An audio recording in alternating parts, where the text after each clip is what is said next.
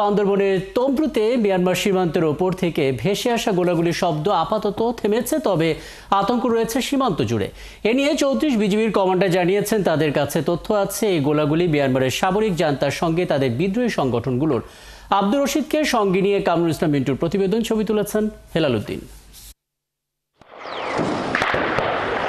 গেল বছর ২১ মে থেকে ডিসেম্বর পর্যন্ত জান্তা বাহিনীর সাথে লড়াই করে মিয়ানমারের আরাকান আর্মি দখলে নেয় আরাকান রাজ্যের ১৩টি টাউনশিপ। সেই থেকে মিয়ানমার সীমান্তে দখলদারিত্ব চলছে দেশটির বিদ্রোহী গোষ্ঠী আরাকান আর্মির। বাংলাদেশ সীমান্তের বাসিন্দারা জানান, বছর ঘুরতে না ঘুরতেই আবারও মিয়ানমারের অভ্যন্তরে সংঘর্ষ শুরু হয়েছে। সোমবার দিবাগত রাতে মিয়ানমারের গোলাগুলির শব্দ ভেসে আসে তমব্রু সীমান্তে। আগে তো আতঙ্কের মধ্যে দিন কাটাইছি, এরপরে আবার হঠাৎ অনেক দিন শান্ত ছিল, কালকে হুট করে দেখলাম আবার গোলাগুলি শুরু হয়ে গেছে। AK-47 যেটাকে বলে আর কি, মানে একটার পর একটা ছুটতে থাকে, টক টক টক টক টক টক, ওইভাবে একটা সাউন্ড হয়েছে। হঠাৎ ঘুমন্ত সীমান্তে গুলির শব্দ শুনে আটকে ওঠেন।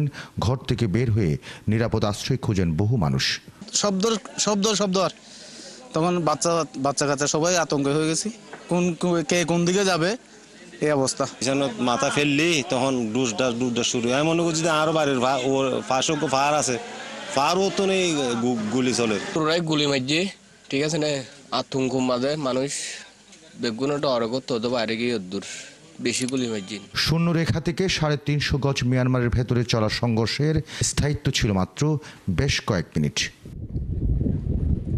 ৩৪ বিজিবির অধিনায়ক লেফটেন্যান্ট কর্নেল SM খায়রুল আলমও জানান, দখলদার আরাকান আর্মি ও রোহিঙ্গা স্বাধীনতাকামী সশস্ত্র গোষ্ঠীর সাথে এই সংঘাত হতে পারে। মায়ানমারের ভিতরে ওরা নিজেরাই তো গোলাগুলি করেছে। আমরা ধারণা করছি আরাকান আর্মি এবং ওই যে আরসা কিংবা RSO যারা আছে ওদের মধ্যে বোধহয় কোনো কিছু সমস্যা হয়েছে, কিন্তু বাংলাদেশের ভিতরে কোনো গুলি আসে নাই, এটা ১০০% নিশ্চিত। ঘটনার পরেই তো আমরা ওখানে আমাদের টহল যেটা আছে সেটা বৃদ্ধি করলাম, স্থানীয় জনগণকে সতর্ক করলাম যেন তারা অযাচিত বের না হয়। গত ২৬ জুলাই মিয়ানমারের সংঘর্ষের গুলির খোসা এসে পড়েছিল বান্দরবানের নাইখংচুরির বসত বাড়িতে। কামরুল ইসলাম মিন্টু, ৭১, কক্সবাজার।